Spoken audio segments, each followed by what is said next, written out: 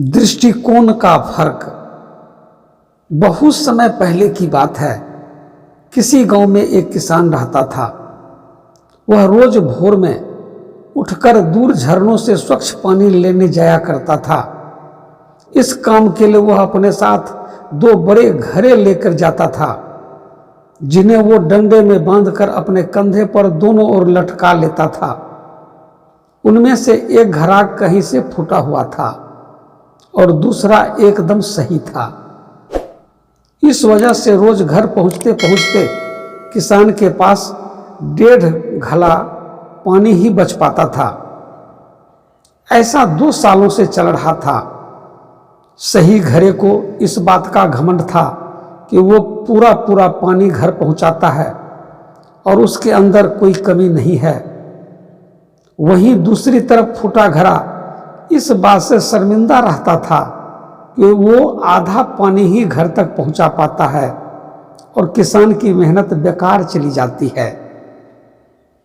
फूटा घड़ा ये सब सोचकर बहुत परेशान रहने लगा और एक दिन उससे रहा नहीं गया और उसने किसान से कहा, मैं खुद पर शर्मिंदा हूं और आपसे क्षमा मांगना चाहता हूं।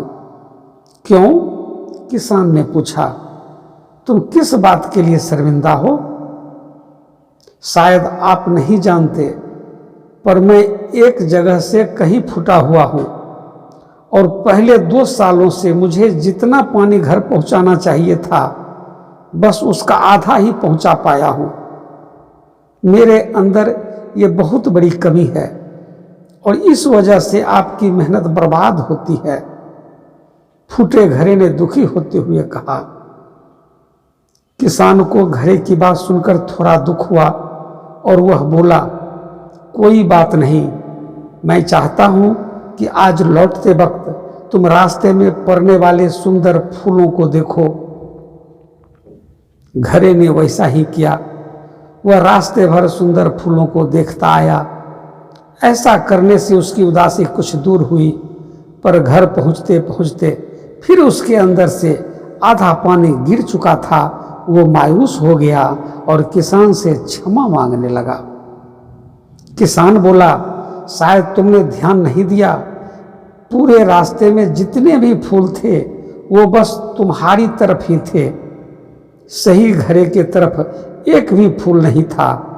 ऐसा इसलिए क्योंकि मैं हमेशा से तुम्हारे अंदर की कमी को जानता था और मैंने उसका लाभ उठाया और मैंने तुम्हारे तरफ वाले रास्ते पर रंग बिरंगे फूलों के बीज बो दिए थे। तुम रोज थोड़ा थोड़ा करके उन्हें सींचते रहे और पूरे रास्ते को इतना खूबसूरत बना दिया। आज तुम्हारी वजह से ही मैं इन फूलों को भगवान को अर्पित करता हूँ और अपना घर सुंदर बना पाता हूँ। तुम ही सोचो, अगर तुम जैसे हो वैसे नहीं होते तो भला क्या मैं ये सब कर पाता? दोस्तों, हम सभी के अंदर कोई ना कोई कमी होती है, पर यही कमी हमें अनोखा बनाती है। उस किसान की तरह हमें भी हर किसी को वो जैसा है वैसे ही स्वीकारना चाहिए और उनकी अच्छाई की तरफ ध्यान देना चाहिए। और जब हम ऐसा करेंगे तो फूटा घड़ा भी अच्छे घड़े से मूल्यवान हो जाएगा। दोस्तों, आज की कहानी आपको कैसी लगी कृपया कमेंट करके बताएंगे। यदि आपको मेरी कहानी अच्छी लगे, चैनल कथा काव्य दर्पण को सब्सक्राइब करने में कंजूसी नहीं करिएगा और अपने साथी को भी शेयर करिएगा। फिर मिलेंगे दूसरी कहानी लेकर। तब तक खुश रहें, मस्त रहें, व्यस्त रहें। जय हिंद, जय भारत।